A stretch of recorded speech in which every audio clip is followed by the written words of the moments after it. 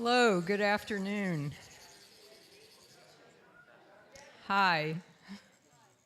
We're about to get started, and I just wanted to announce who will be speaking this afternoon. So we have Lobsang Tenzin, who is the founder and spiritual director of the Drepung Loseling Monastery here on Dresden Drive, which is where these monks are coming from right now.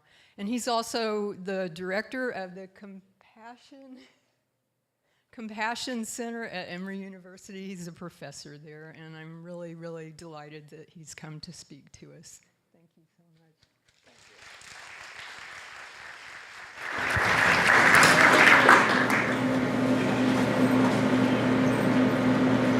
Thank you, Nina, and good afternoon. It is really a pleasure for me to be here.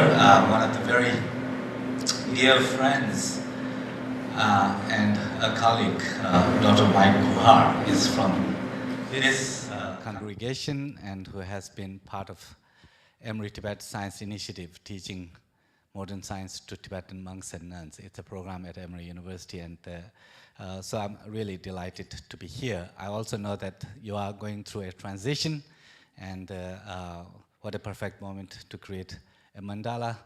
In the very dismantling at the end is what symbolizes that kind of change and impermanence. Embracing that change is all about the dismantling of the mandala is.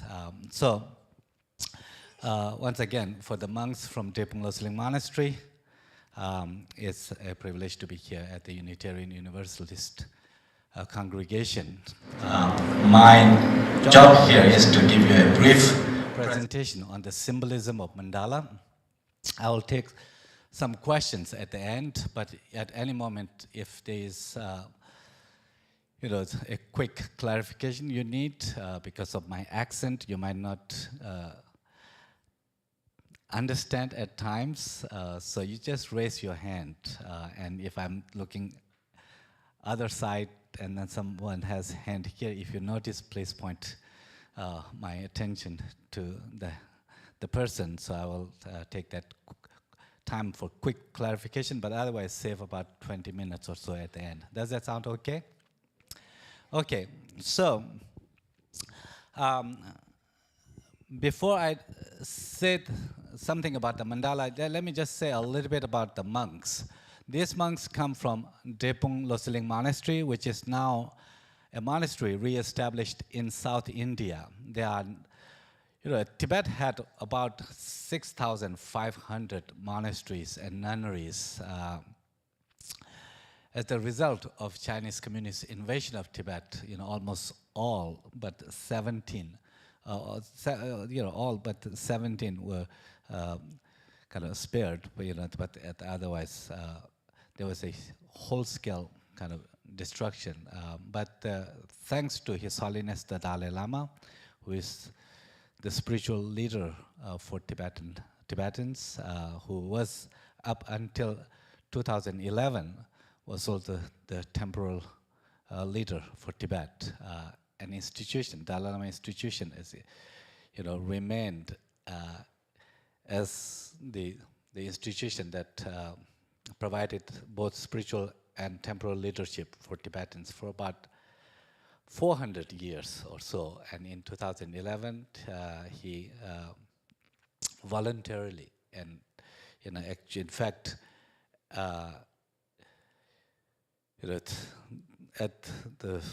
against the request for so many people to remain as the temporal leader as well, he relinquished that, really wanted to see Tibet establish a truly democratic system of governance, in exile, of course, at the moment.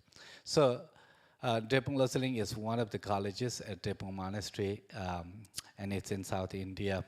The monks travel for every year for about 11 months or so to create mandala sand paintings, give a performance of sacred music and dance, provide lectures and meditations as a way to share Tibet's sacred and this ancient culture in hopes to promote peace and healing but also to draw attention to Tibet's plight, that is to find a meaningful resolution to Tibet issue, that is to have a genuine autonomy for Tibetan people inside Tibet.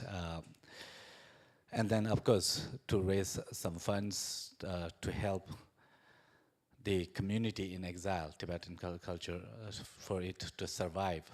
So the monastery has about 3,000 monks now, and you know, many of the Tibetan monasteries are very involved in kind of the studies, like the theological studies, that they have a rigorous curriculum for 16 years of coursework, and then additional kind of course preparation to become a Geshe, which is like a PhD. So, so that's a little bit about the monastery in India. The Drepung Loseling here, as a kind of North American seat for this monastery, was established in 1991, and it has a partnership with Emory University, and under that partnership we have initiated a number of programs, including what's called the Emory Tibet Science Initiative, I just mentioned, to develop a comprehensive science program for Tibetan monks and nuns. And more recently, we have also launched a program to create social, emotional, and ethical learning, different levels of curricula for K through 12, but also in universities. And that is why the center at Emory was established last year, and it's for contemplative science and compassion-based ethics. So, mandala sand painting. This particular mandala is of Avalokiteshvara, the Buddha of compassion. Now, if I can say a little bit about how does that work.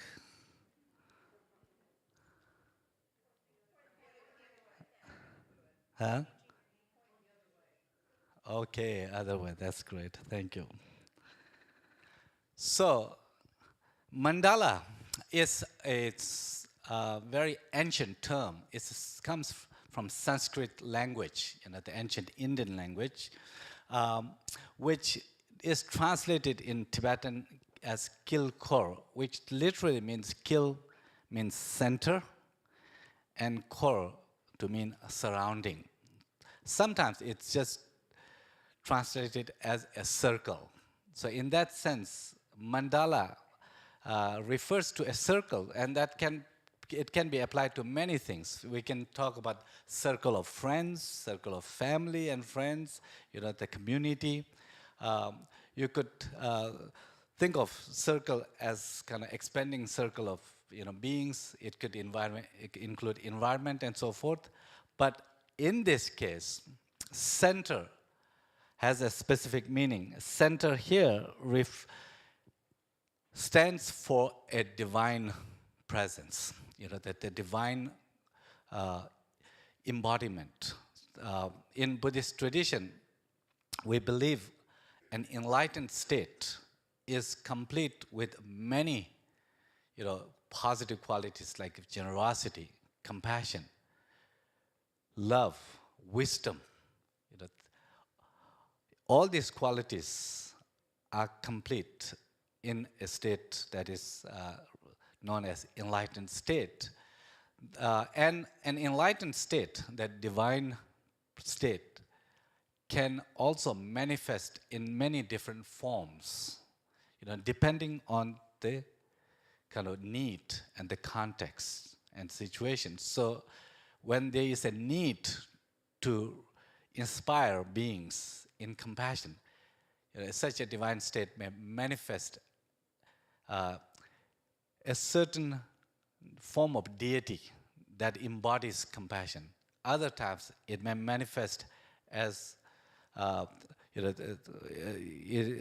manifestation may be intended to inspire and promote, contribute towards the cultivation of wisdom. In those states, it may manifest as a deity embodying wisdom and so forth. And then the surrounding there refers to surrounding of the palace, the mandala that is called the residence of the deity. So there are, when you talk about the mandalas, there are resident mandala and residential mandala. Residential mandala refers to the central deity and its circle of other deities. So in Buddhist tradition, we have mandalas where there are, in some mandalas, there may be as many as 727 deities. Like the Kala Chakra mandala. There is a central deity, and then many other kind of deities in that family or the circles. They are not 727 different individuals, but rather 727 different aspects of the same enlightened state, manifesting in the different forms. And then some, there may be fewer, like 9, some maybe 13, some maybe 64, and like that. So there are many different, mandalas in Buddhist tradition. So circle, here may refer to in terms of the residential or the resident mandalas, resident and residential. The residents are the deities, right? So the resident mandalas will refer to the central deity and the surrounding deities. The residential refers to this palace, this is a mansion that within which these deities are residing, as well as the broader kind of environment around it, the place around it. So that is what is referred to the residential mandala. So they are the resident deities and the surroundings. So that's what it refers to. Now, here you can see in the center there is a dot, representing that, and then surrounding the circle. This has a specific meaning when you think about spiritually or the psychologically. It has a specific meaning. That is to say that, I think that the Universalist congregation, you have the similar philosophy, in the sense that the divine is something that can be approached from many different, ways, many different, kind of paths, if you will. But one thing that to approach the divine state within oneself, or to actualize the divine state within oneself, takes into account that it's a process of training, a meditation. In Buddhist tradition we call it, you may call prayers, like that. It's a certain way of attuning to, attending to our own psychological, mental, or inner life, in ways that we can then kind of transform our own state of mind from confusion, from agitations, from afflictive states, to gradually, transcending those kind of afflictive states, so that we can, approach more closely that pure, divine, enlightened state. That's what it means. So, from that perspective, what it means is that what unfolds around us very much has to do with our own individual state of mind. If I am operating with hostility and hate and greed, suspicion, jealousy, these kind of states of mind, of course, I am tormented by such states. I destroy my own peace and well-being, even physical health and so forth. But also, it pollutes, it poisons the environment around me. Those who are around me also get affected by my negative or destructive emotional states, like that.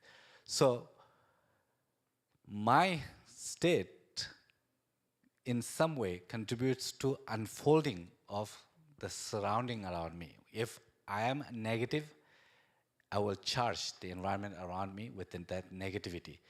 If, on the other hand, I live positively with more love and compassion and caring and more generosity and understanding, forgiveness, with more awareness of our interdependence and common humanity, that these are the mindsets, if you will. If I cultivate, I live with these kind of qualities, then not only I find peace and well-being, but also the surrounding around me get charged, and with these energies, and in my interaction with others, it affects that others positively. So in that sense, center has a lot to do with what the surrounding would be.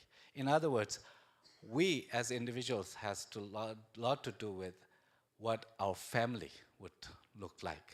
That what kind of, do you call pastor here or priest? Pastor. Minister. Minister will have a lot to do with what the congregation, the state of mind, the quality of mind, what the community will like, but also each and every individual of the congregation has also a lot to do with what kind of, the quality, the congregation of mind that congregation will have. So that's where this center and the surrounding comes. The center has to take this, each and every individual, for us to recognize that we have that spark, the divine spark within us, but to transform our own lives and those around us, we need to bring that into full fruition. When that becomes fully manifested, that's called the enlightened state. And from the enlightened state of mind, everything that is kind of that unfolds around that is going to be kind of the positive.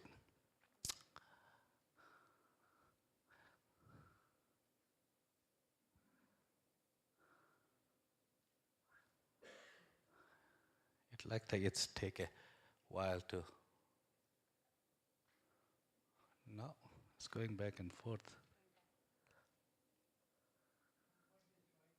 Which way? Oh, I see. Is that going? Okay.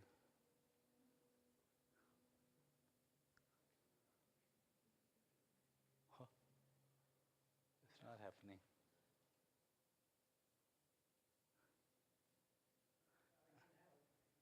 Yes, please, if you don't mind. Okay, that's good. I'll leave it to the experts. Yeah. So as I was saying, in the center, would be different kind of embodiment of that enlightened state. In this case here, you see that in the center, it's represented by a lotus, that lotus flower that is a symbol that stands for compassion here, the Buddha of compassion known as Avalokiteshvara. But in the center can also be like Tara, this white Tara here. There are many different manifestations of Taras, but one of them is like the white Tara. Also, Tara literally means liberator or the liberator mother, but she stands really for enlightened wisdom and compassion, like that. So that one, next one, please. Here is the Manjushri, that is, in the center, sometimes instead of symbol, it can be represented by a syllable, like the, in the very center, it can be a pam, standing instead of lotus, or tam potara, like T-A-M, tam. That's the kind of the first syllable of the name of the deity, but often also, actual form is drawn, like the Manjushri, like this. That stands for wisdom. You can see that he is holding this wisdom sword that cuts through the kind of the ignorance, the veil of ignorance. That's what it stands for, the compassion and wisdom. And the Manjushri is young, vibrant, like wisdom, not in the sense of wise, kind of, person subdued like that, but it's intelligence, really, a creative intelligence that sees through the all the kind of the veils of ignorance and so forth. Next one. This is Avalokiteshvara, the Buddha of compassion. Instead of the lotus, if the actual deity is drawn, it could be like this. Here, the Avalokiteshvara you see is with 4 arms, 2 arms holding a jewel in the center like this. And then you have the right arm holding a rosary, the mala, and the left arm holding a stem of a flower that blossoms above his shoulders in the fully blossomed lotus flower with the 3 in the 3 forms, just the bud, the lotus actual flower, and then the one has kind of, turned into often the fruit to represent the Buddhas of the 3 times. But this has a specific meaning here. When Avalokiteshvara is holding this jewel, jewel in Buddhist tradition stands for compassion. Like the jewel, if you have something very precious, stone, you can imagine that that could be quite valuable, right? It can eliminate a lot of suffering that will come from poverty. That it's a precious thing. Similarly, if you have compassion, it's like jewel. Compassion eliminates suffering. The compassion is about attuned to suffering and about alleviating suffering. So compassionate heart alleviates suffering. That is symbolized by rosary that he is holding in the hand. Rosary, each bead as you pull, it's just symbolizing that beings who are in this disadvantaged place to kind of bring them up into more favorable or the advantageous places. The lotus also in this case symbolizes the wisdom. Compassion has to go with wisdom, because compassion alone may not be effective. You have your heart that goes out to someone, but if you don't know how to help, that has to do with wisdom or discernment. Bless you. Then compassion, when it's conjoined by wisdom, then one is able to help others more effectively. This is only one form of Avalokiteshvara, or the Buddha of compassion. There can be many, many different manifestations. If it were, a manifestation that appears in the predominantly black community, it will be black Avalokiteshvara. It is Caucasian. It will Caucasian. It's in India, so it's kind of like they takes the Indian features. Even in Chinese, it will have the long eyes and narrow eyes and Chinese features. That's how it does not have its own fixed form. It's only an enlightened state. So it reflects the context and psychology and the culture of the beings where it's manifesting. Some of you may have noticed some of the one of the forms of Avalokiteshvara, the Buddha of compassion, comes with actually 1,000 arms and 1,000 eyes. Like that there are 1,000 arms and 1,000 eyes. And the Tibetan word for Avalokiteshvara is Genre 6, which means that the one who sees with each of his eyes the needs and suffering of others. 1,000 eyes represents its kind of ability to see the needs and suffering of countless beings. 1,000 arms represents its willingness, or its, the pledge to reach out, to many, many beings. So it's just to symbolize that kind of attuning to the suffering and that commitment to help others, reach out to others, is symbolized by those 1,000 arms and 1,000 arms. Yes, please. This one is another kind of the Buddha. We make these mandalas also quite often. Akshobhya, which simply stands for Akshobhya, is unmovable, or unshakable, if you will. And this Buddha represents this unshakable resolve, enlightened resolve.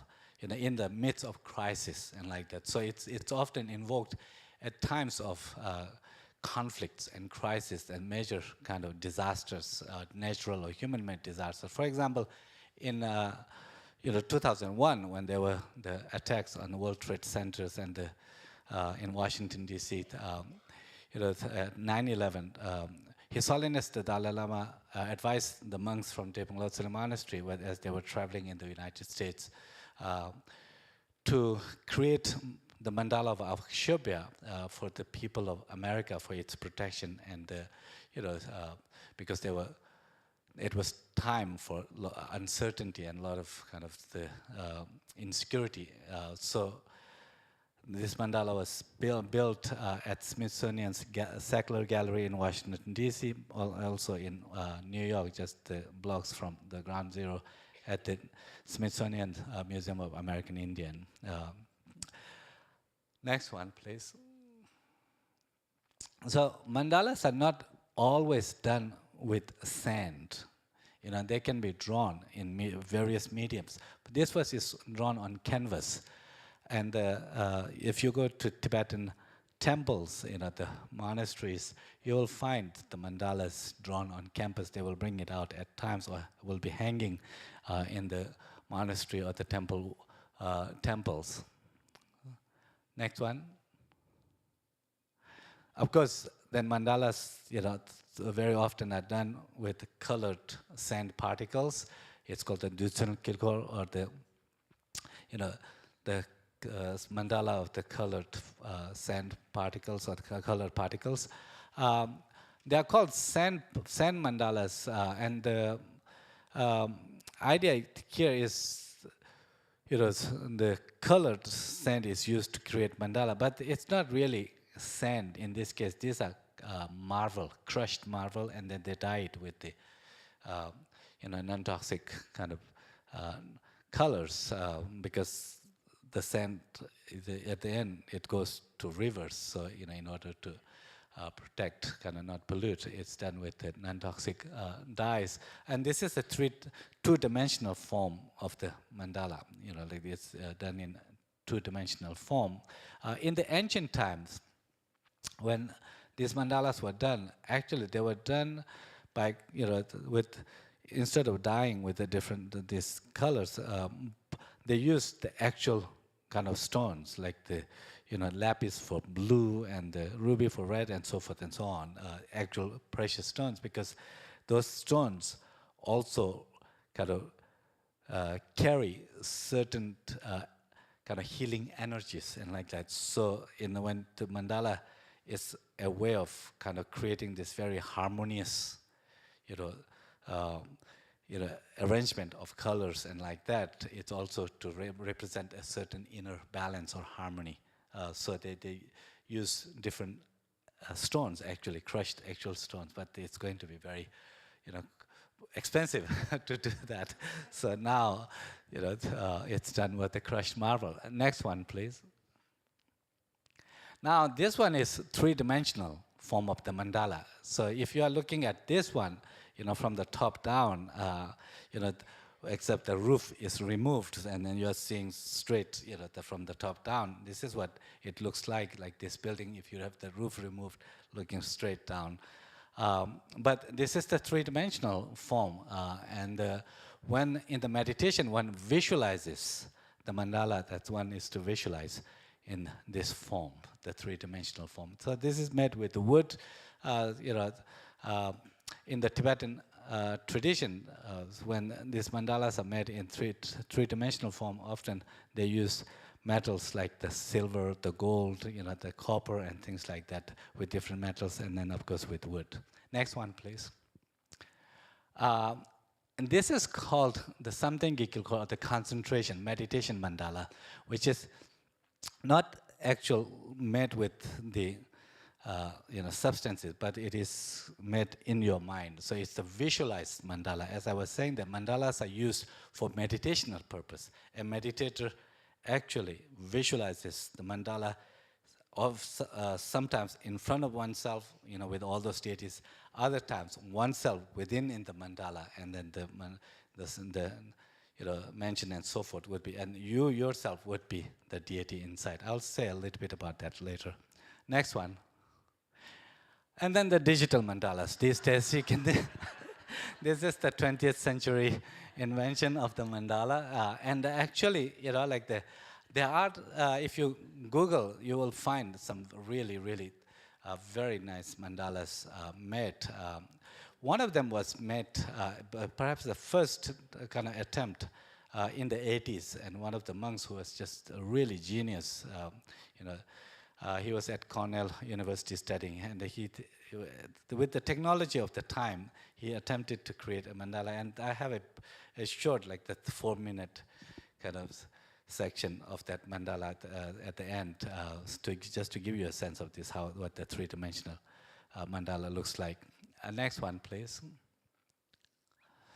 So, I think to understand, what the purpose of mandala, we need to kind of see, first of all, as I mentioned, that mandala needs to be seen as, representing that enlightened state and the surrounding, but also to understand that how these mandalas are used for the spiritual purposes, we need to see this as a roadmap, to enlightenment, roadmap to kind of arriving at that enlightened state. So, in that sense, this is full of symbolism. They symbolize, they point to certain qualities, certain states in the very center, the enlightened state, of course. But how do we reach there? And therefore, when we think about the path leading to, or inner kind of progression, progressive stages of psychological, spiritual transformations leading to that state, that needs to be understood in terms of the paths or the meditation. So there are what called the common paths and unique tantric paths, in the tantric tradition. Next one, please. In terms of the common paths means the common to both tantra and non-tantra. In the Buddhist tradition, it's quite extensive. There are different vehicles or the different yanas, what we call. But one of the yanas is called Mahayana, the great vehicle, which has to do with, one's commitment to attending to needs of all beings. And for that purpose, in order to be effectively attend to the needs of all the beings, to attain one's own full enlightenment, so that through full awakening, one is more effectively able to help others. That's called the great vehicle. Great in the sense, its goal is great, it's a full awakening, full enlightenment. Its purpose is great in the sense it is to help all sentient beings, not just certain chosen group of people, but all sentient beings, not just human beings, but all sentient beings, all sentient living. In the Mahayana, there are two approaches, what is called the common and uncommon. That the Mahayana, the uncommon in the tantric tradition, it takes this unique radical approach to take as its kind of starting point that every one of us, every individual, our kind of fundamental nature is uncorrupted. Our fundamental nature is pure. That the divine spark is each and every one of us. It's simply when we are not in touch with that, when we operate with certain illusions, identifying with the appearances, mine and others, this duality of me and others and so forth, that's where then we, lose touch with that, our own divinity, if you will. It's by transforming the certain kind of afflictive or the states of mind, we can reveal our own full divinity more fully, actualize that more fully. So therefore, the paths, that the leading to that, of course, it would not be easy to go straight away, but we need to understand how our psychology works, how our minds work, and then to transform. So therefore, common path, like the 3 rings here, if we think of the roadmap to the enlightenment, the 3 rings, they have already drawn the lotus. You can see the lotus here, and outside of the circle there will be this ring of what is called the Vajra. It's actually a tent, a dome. There's an image, you will see that. And then at the very outer circle is this, what is called the Mary, or the wisdom flames. This is to be understood as blazing flames. So you have the lotus, you have on that the mansion and all those. Outside is the huge dome of Vajras. Kind of Vajra is indestructible. Vajras are like diamonds, that it has a symbolism. And then outside of that is this blazing wisdom fires that burn, the ignorance, or the obscurations, or the negativity. These 3 stand for what are known as the 3 principal paths to enlightenment, or the three principal aspects, the 3 principal paths to enlightenment. The lotus, in the inner circle lotus, it stands for what is known as the mind of letting go, or the mind of renunciation. Letting go, that instead of remaining fixated to what is mine and what is me, and that is attachment, clinging. Letting go has to do with the inner capacity to not remain fixated, to be able to accept change and to let go. We can see how when we become obsessed, whether it's for name or fame, or relationship, or wealth, even for spirituality, for places, if we remain stuck with fixated that I can't let it go, this needs to be, that creates a lot of psychological distress. That it's letting go has to do with accepting change and impermanence. The reality, one reality that we can see is that nothing lasts forever. It changes. Change is not an end. It's just simply at a transition to a next moment. So at the circle, the lotus circle here represents that mind of letting go, because the lotus actually grows often in the mud, but it gives its full bloom above the mud, unstained by the stains of the mud. Similarly, even though we are,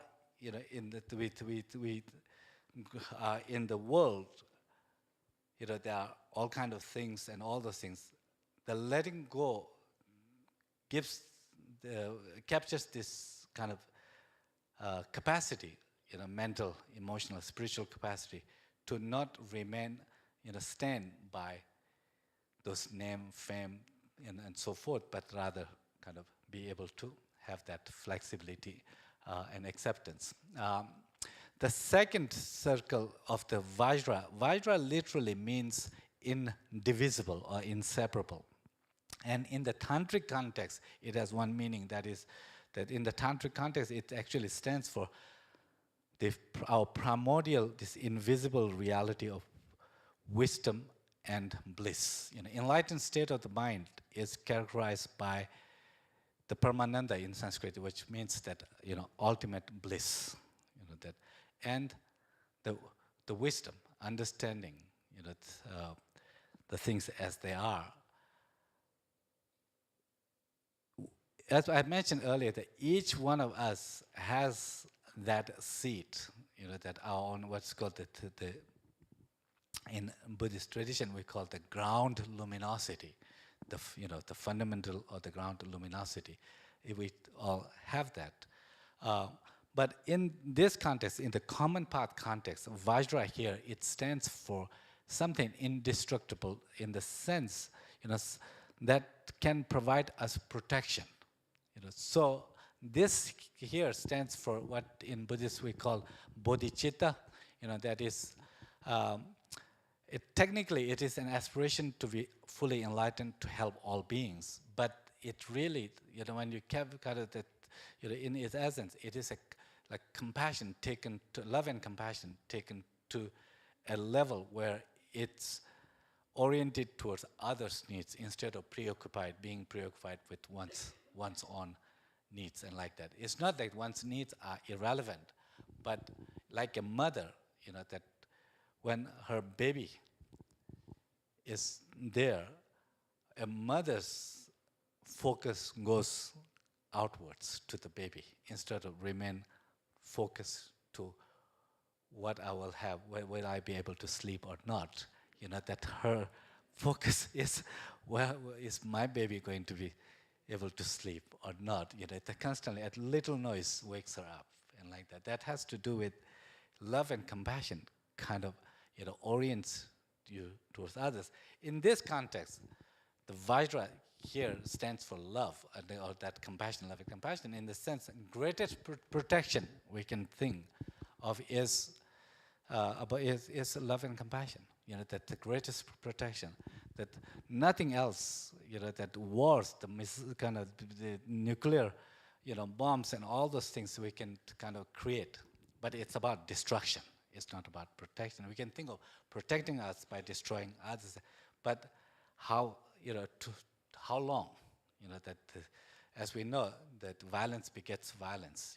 The hatred begets hatred. It's not a solution.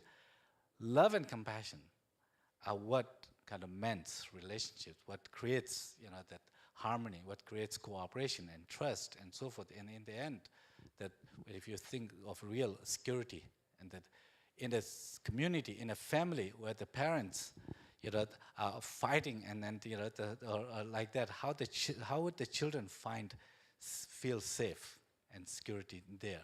That where they say love among the parents and between the children, that everybody will be safe, feel safe and secure, and like that.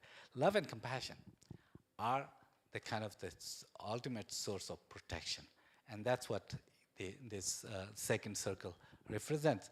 The third circle, the wisdom flame, it represents the wisdom, the wisdom that sees through the reality as it is. It's also often our confusion, and ultimate of that is the ego, that I am the greatest, I am the center of the universe, everything needs to rotate around me.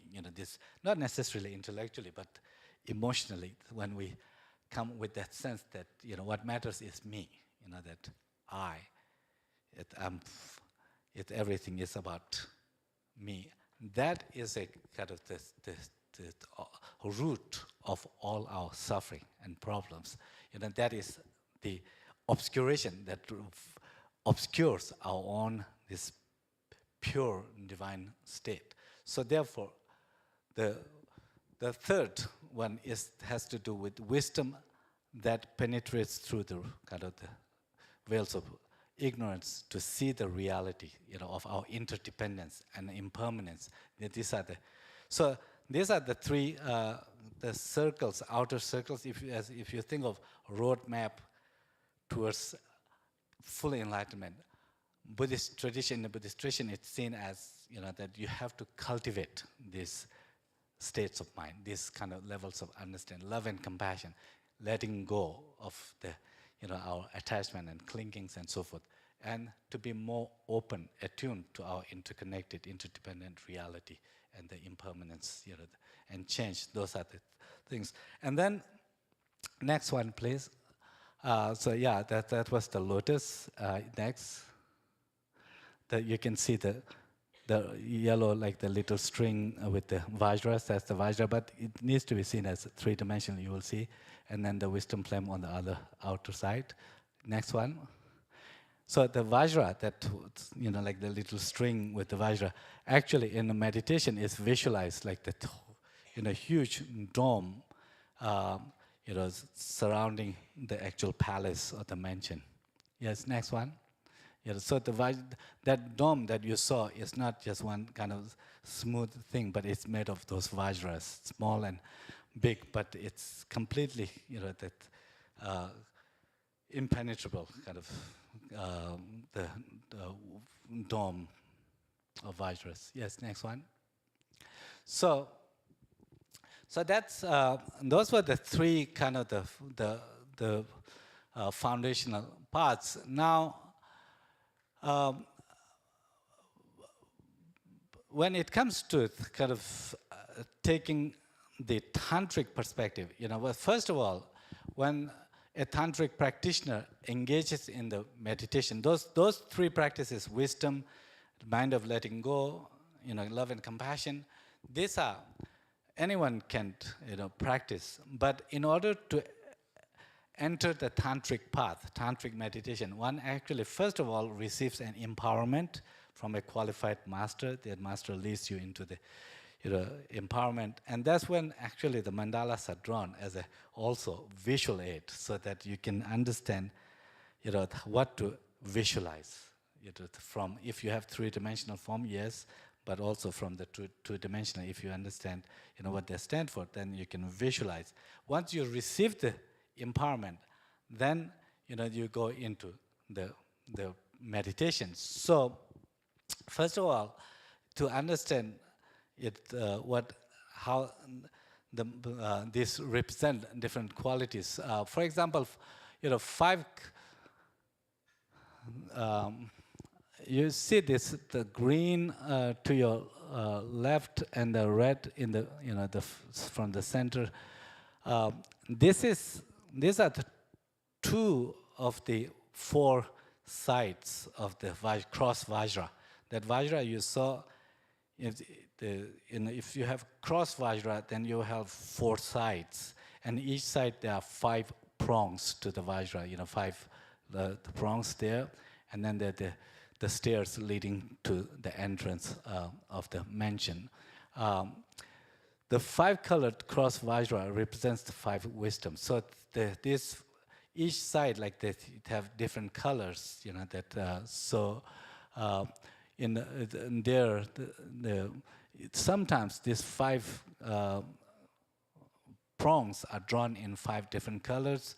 Other times, each side is one color, like the green, all the prongs green, red, the yellow and white, and then center is blue. So it's a kind of central hub being blue, and then that represents what is known as the five wisdoms. That is to say that this mansion that you are seeing is resting on the wisdom, that is primordial wisdom. That is to say that it's not an ordinary kind of mansion of the stones and things like that, but actually the mansion, the very foundation of this whole manifestation is the primordial wisdom. So that's what you see here. Like on the four sides. For example, here you have the gray or the bluish color prongs, and over there green, yellow here, and the white over there. Now, since it's the Avalokiteshvara and then mandala, that the red went inside. The five, if you take five prongs on each side, 5 times 4 makes 20, so 20 spokes, and it represents. Of course, there will be many different ways of fixating to our self-identity as concrete, but at least there could be 20 different ways we can misconceive of our own identity, as identify ourselves with our bodily kind of, that I'm this bodily, or the sensations, or the perceptions, or the consciousness, or the what's called the formation. There are 5 different aggregates. So you take the 5 times 4 makes 20. From the Buddhist point of view, it basically comes down to that wisdom, if it is utterly in tune with reality, and that is that nothing that exists fixed but utter relationship. That means that I, as an individual, is not identical to my body, my sensation, my perception, my consciousness, my what is called the formation, 5 aggregates, what are known to. But as long as I remain kind of fixated to my identity as, I look good, I look fat, I look thin, I look bold, I look, beautiful or not, and all those things are all traps. These are all ways to create psychological problems. I am, from the Buddhist point of view, only as designation. There is nothing fixed, absolute, standing by itself. It's all in relationship. That is not to say that I don't exist. I exist in relationships. Everything exists in relationship. So that's what it means, that with understanding wisdom, cultivating wisdom has to do with being totally in tune with the reality of interdependence and lack of kind of, the solid existence. Next one, please. So, I'm running out of time. So yeah, this is a really kind of rich, it has a rich symbolism. If I go like, you have the mention. Mention basically is square. Each side, each sides are of equal kind of length, and like that. What that also symbolizes that everything in existence is same in the sense of everything is empty of having fixed independent nature. Instead, everything is utterly in a context dependent and dependent on the cause conditions and other factors. So to symbolize that mention is of equal size. It has 4 entrances, 4 porticos, and the entrances, they represent, as it said, that 4 entrances, 4 purifications, 4 kinds of mindfulness. Mindfulness is a very kind of prevalent these days, like that you hear about the mindfulness, mindful eating and mindful this and all those.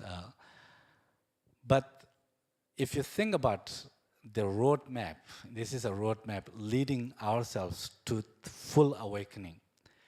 Mindfulness have to do with, again, being more attuned to the actual reality of our 4 dimensions. That is physical dimension, form, meaning body, mindfulness of the body, mindfulness of sensations, that another mindfulness of other mental states, and mindfulness of our engagement, how we engage.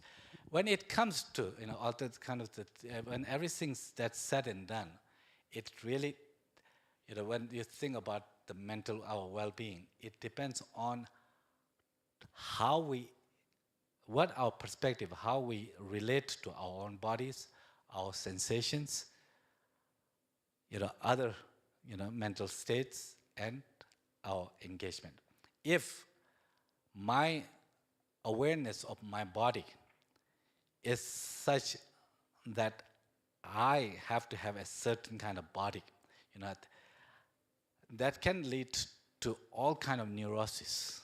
That there's so much to do with the body. I mean, that look at how much, business is created for the body.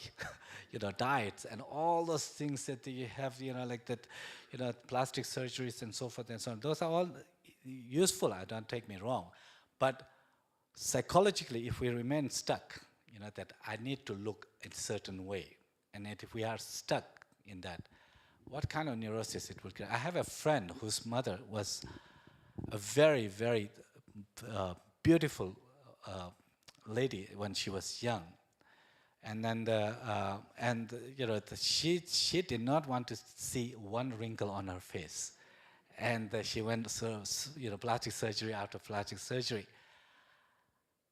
Several years ago, when I was talking to him, he was, in such kind of agony. He was saying that, it really pains him to see how much she is struggling. She cannot even go out anymore. That you can't fight with the reality. They change, aging. These are all part of the reality. Like that, and that's what the mindfulness of body has to do with being more realistic about the nature of the body. Sensation, another major kind of aspect that our lives are so much driven by pleasure and pain, avoiding pain and approaching pleasure. Any sensation that is pleasant, we even evolutionarily speaking, that that how we are conditioned to is to kind of grab more, have more. Anything that is unpleasant, we instinctively kind of repel.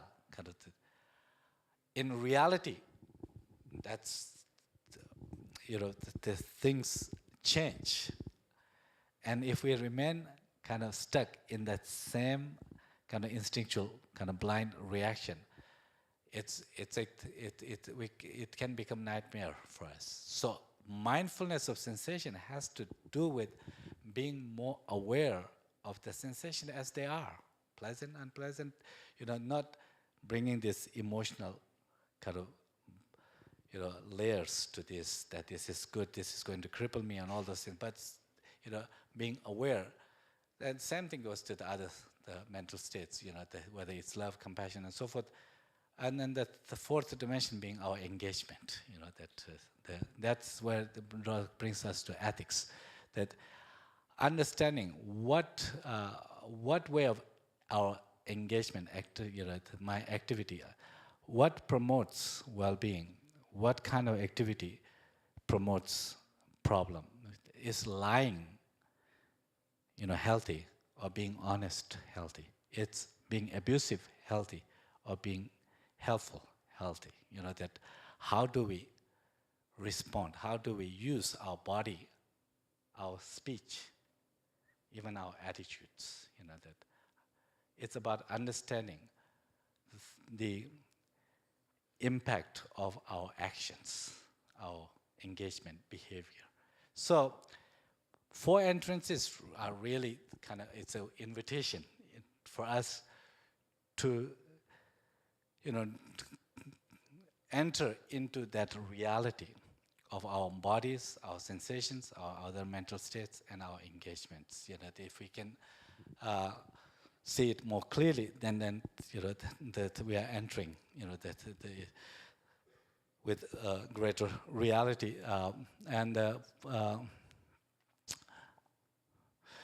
So there are also many different ornaments drawn here. These represent different qualities, generosity, and so forth and so on, that promote our well-being. There are 5 prominent colors used. They stand for the 5 elements, but fundamentally 5 basic energies and wisdoms, like the white associated with water, the yellow with earth, red with fire, and air with green, and the blue with the space. Everything internal and external, from the Tantric Buddhist point of view, are composed of those fundamental energies that are inseparable with the fundamental 5 wisdoms, what are known as. Next one, please. So you can see it in the center is the, like those, the Vajra drawn here for that Akshobhya Buddha. But anyway, like another way of looking at those 5 colors would, there are different ways of looking at it. They represent different. In one case, the 5 colors also represent our 5 processes, of body, the sensation, perception, consciousness, and the formation. And they, in turn, then become transformed into the 5 Buddhas when you become enlightened, the 5 Buddhas, but also 5 activities, of the peaceful activities, what is enhancing activities, empowering activities, wrathful activities, and all-encompassing activities. That the way that we engage it can be in those 5 different ways. Next one. Yeah, and the walls, you can, here it's difficult to see. Actually, if you look at carefully, you can see the blue and red and yellow, white, like the colors. So those are the 5 colors. Those 5 transparent kind of walls. Again, even the mention itself is not to think of as separate from what is center, but the wisdom itself, 5 wisdoms. Next one.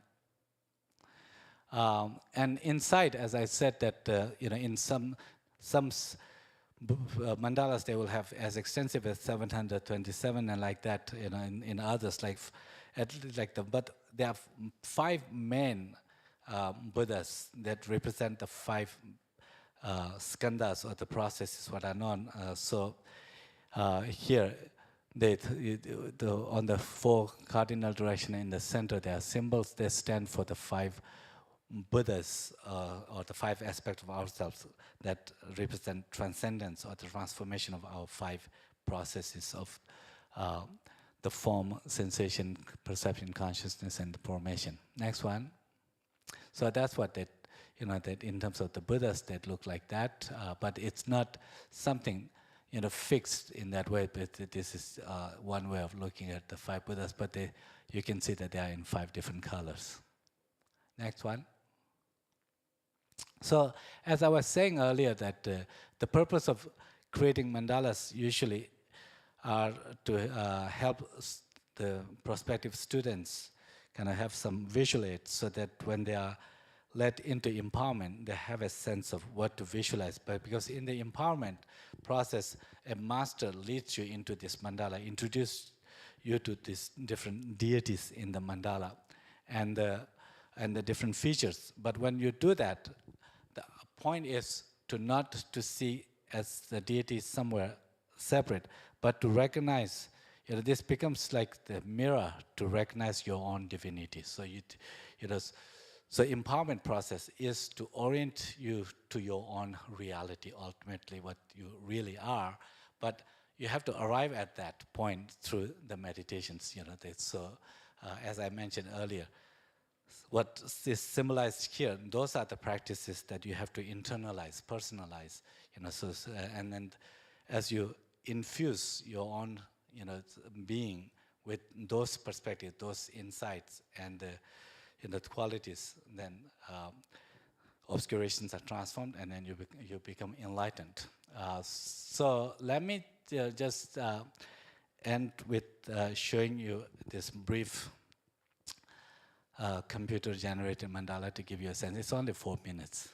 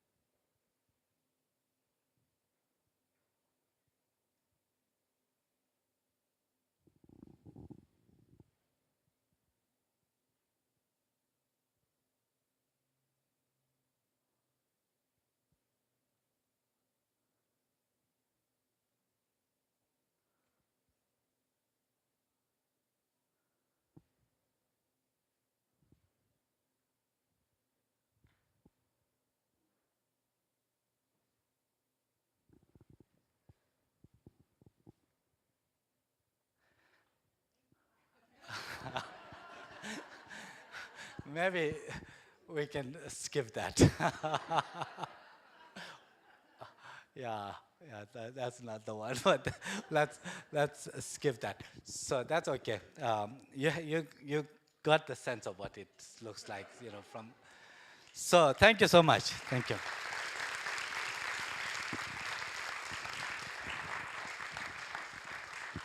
I hope to have some time for questions, but I think we ran out of time. So once again, thank you for having the monks here.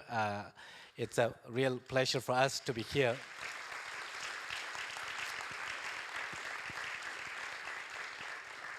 As you are, here for this next kind of final